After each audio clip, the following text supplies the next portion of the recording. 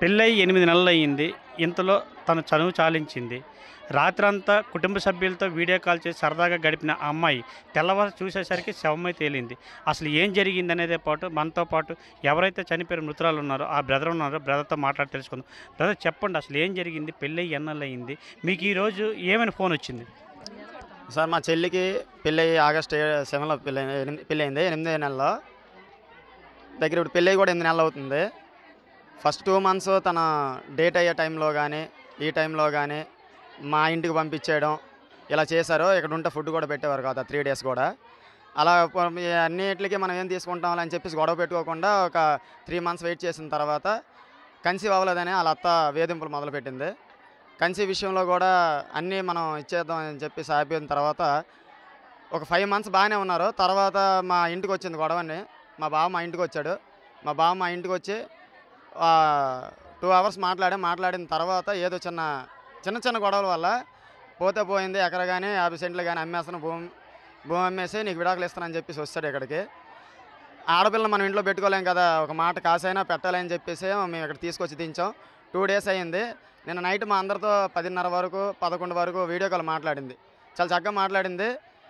తర్వాత మా చిన్నన్నయ్యకి 11:30 అప్పుడు అన్నయ్య కాల్ మీద మెసేజ్ పెట్టింది వాట్సాప్లో.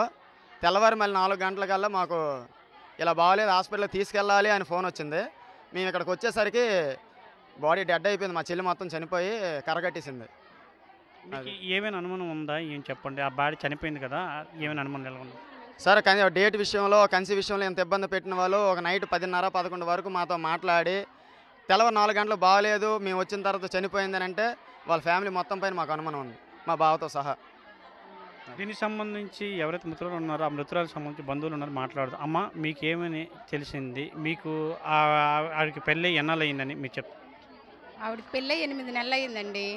అంటే ఎప్పుడూ వాళ్ళ అత్తగారు సరిగ్గా చూడట్లేదని, అన్నం పెట్టట్లేదని, మళ్ళీ డేటు గట్ట అయ్యేటప్పుడు వాళ్ళ అమ్మగారి ఇంటికి పంపించేస్తుందంట. వాళ్ళు పేషెంట్లు కాదనట్లేదు, మరి ఈ పిల్ల వయసున ఆడపిల్ల కదా, సరైన ఫుడ్ పెట్టాలి కదండి.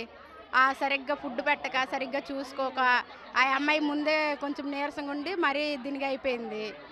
మరి ఏ ప్రాబ్లం అనేదని తల్లిదండ్రికైనా చెప్పాలి కదండి. ఆ విషయం కూడా మా వరకు చెప్పకుండా ఆ పిల్ల వాళ్ళ ఇంట్లోని వాళ్ళే ఇచ్చేసుకున్నారు. ఇప్పుడేమో విడాకులు ఇచ్చేస్తాం అది ఇదని మాట్లాడారట. మరి విడాకులు ఏం తప్పు చేసిందా తల్లిదండ్రికి చెప్పాలి కదా. తల్లిదండ్రికి ఏం చెప్పకుండా విడాకుల వరకు మాట్లాడారు అబ్బాయి. మరి ఆ అమ్మాయి మనసులో పెట్టుకుందో మరి ఏం చేశారు, ఇప్పుడు మాకు శవమై చూపించారు. ఆ విషయం ఏంటని తేల్చండి.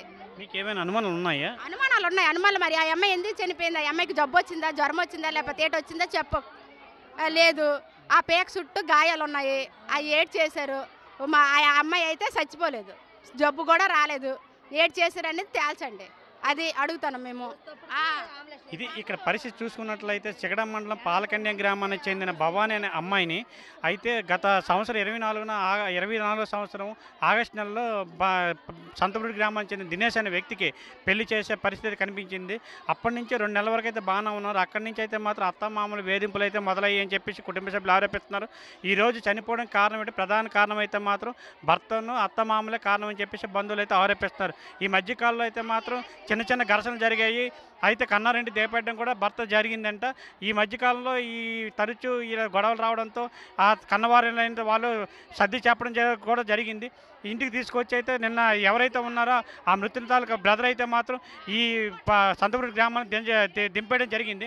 రాత్రంతా వీడియో కాల్ చేసి అయితే మాత్రం బంధువులతో అన్నయ్యలతో సక్రమంగా మాట్లాడి సరదాగా గడిపిన ఆ యువతి తెల్లాసరికి అయితే మాత్రం శవమై కనిపించింది.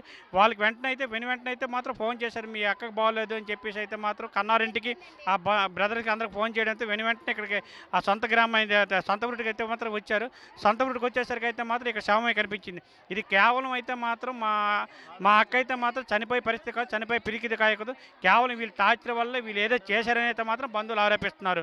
దీనిపై పోలీసులు కూడా దర్యాప్తు చేసే పరిస్థితి కనబడుతుంది. జీసిగడ మండలం సంతపూడి గ్రామం నుంచి సురేష్, RTV, శ్రీకాకుళం జిల్లా.